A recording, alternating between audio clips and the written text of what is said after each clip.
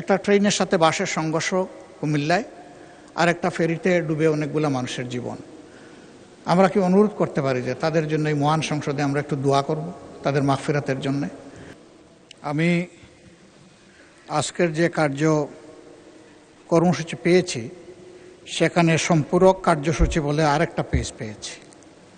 তো এখানে কিছু বিল সামনে আনা হয়েছে এবং এগুলা অধ্যাদেশকে কেন্দ্র করেই হয়েছে বলে আমার ধারণা।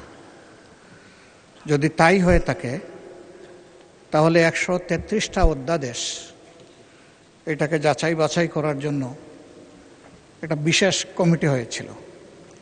সেই কমিটি থেকে একটা রিপোর্ট সেদিন পেশ করা হয়েছে, আপনি যেটা অনুমোদন করেছেন। সেখানে কিছু অধ্যাদেশ ল্যাপসের প্রস্তাব আছে। আমরা এই বিষয়গুলো আগের যে নোটিশ পেয়েছিলাম তার সাথে মিলিয়ে আমরা দেখলাম যেগুলো ল্যাপস করা হয়েছে প্রস্তাবনায়, সেগুলো খুবই গুরুত্বপূর্ণ। 200-র বেশি সার্ভিস ও ফিচারে লেনদেনের সব বিকাশ অ্যাপে সম্ভব এবং এটা জুলাই স্পিরিটের সাথে সম্পৃক্ত। আমি আপনার বরাবরে বিনয়ের সাথে বলবো যে আমরা এই বিষয়ে আলোচনা করতে চাই এবং সেটা সংসদের প্রপার্টি। সংসদে এই বিষয়ে আমাদেরকে আলোচনার সুযোগ যেন তৈরি করে দেওয়া হয়। ধন্যবাদ মাননীয় স্পিকার। মাননীয় আইনমন্ত্রী কিছু বলবেন? বলুন। মাননীয় স্পিকার, মাননীয় বিরোধী দলীয় নেতা যে দুইটা বিলের ব্যাপারে আজকে উত্থাপন করেছেন, উনি হয়তো এটা মিস করে গেছেন। এটা কোনো অধ্যাদেশ থেকে উৎসারিত কোনো আইন নয়, এটা ফ্রেশ বিল আকারে দুইটি মন্ত্রণালয় পাঠিয়েছেন।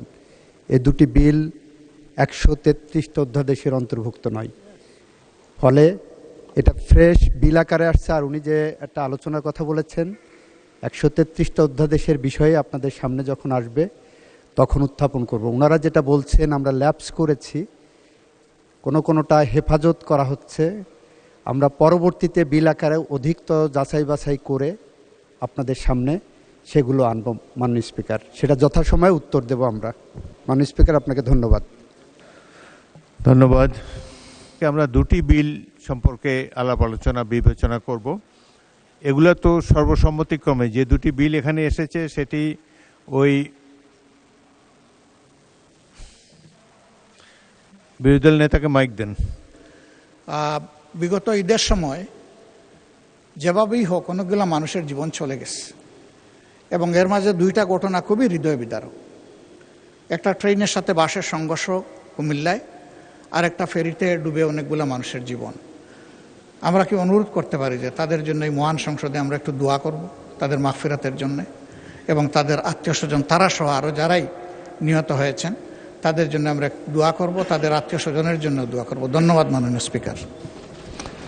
মাননীয় সদস্যবৃন্দ, আমাদেরকে 9 তারিখের মধ্যে কয়েকটা বিল পাশ করতে হবে, 93টি বিলের মতো পাশ করতে হবে। তারপরেও আপনাদের অনেক বক্তব্য সেখানে থাকবে, আমরা বিষয়টি পরবর্তীকালে দেখব। এখন